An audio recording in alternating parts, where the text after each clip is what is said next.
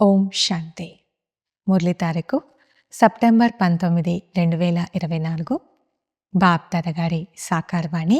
బాబా చెప్తున్నారు, మధురమైన పిల్లలారా, మీతో మీరే మాట్లాడుకుంటూ పావనంగా అవ్వడమే మీ కర్తవ్యం. ఇతరుల గురించి చింత చేస్తూ మీ సమయాన్ని వృధా చేసుకోకండి. ప్రశ్న: ఏ విషయం బుద్ధిలోకొస్తే పాత అలవాట్లన్నీ తొలగిపోతాయి?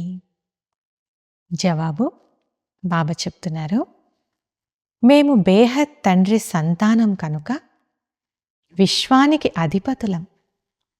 మేము దేవతలుగా అవ్వాలి అనే ఈ విషయం బుద్ధిలోకొస్తే పాత అలవాట్లన్నీ తొలగిపోతాయి. మీరు చెప్పినా చెప్పకపోయినా తమంతట తామే వదిలేస్తారు. అపవిత్ర ఆహార పానీయాలు, సారాయి మొదలైన వాటిని తమంతకు తామే వదిలేస్తారు. అందరూ వాహ్ వాహ్ అని అంటారు.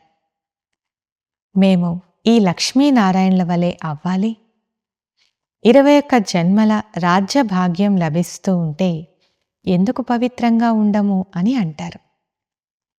అచ్చా, మధురాతి మధురమైన ఆత్మిక పిల్లలందరికీ బాప్ దాదా గారి ప్రియ స్మృతులు మరియు నమస్తే.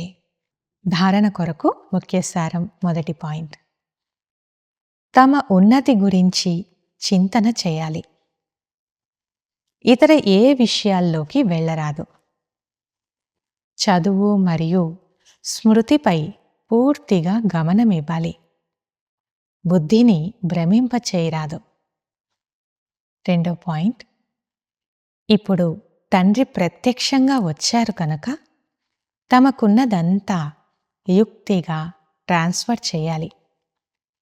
పతిత ఆత్మలతో ఇచ్చిపుచ్చుకోరాదు. గౌరవపూర్వకంగా స్వర్గంలోకి వెళ్ళాలంటే తప్పకుండా పవిత్రంగా అవ్వాలి. ఈరోజుటి వరదానము: మనస్సు మరియు బుద్ధిని వ్యర్థం నుండి ముక్తంగా ఉంచుకొని బ్రాహ్మణ సంస్కారాన్ని తయారు చేసుకునే రూలర్ భవ. వివరణ: ఏదైనా చిన్న వ్యర్థమైన విషయం, వ్యర్థమైన వాతావరణం లేక వ్యర్థమైన దృశ్యం యొక్క ప్రభావం అనేది మొదట మనసుపై పడుతుంది.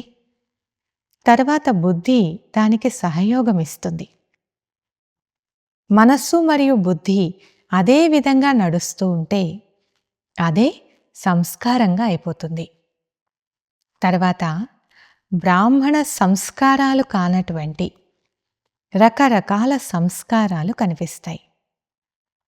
ఏదైనా వ్యర్థ సంస్కారానికి వశమవ్వడం, స్వయంతోనే యుద్ధం చేయడం, మాటి మాటికి సంతోషం మాయమైపోవడం, ఇవన్నీ క్షత్రియ సంస్కారాలు.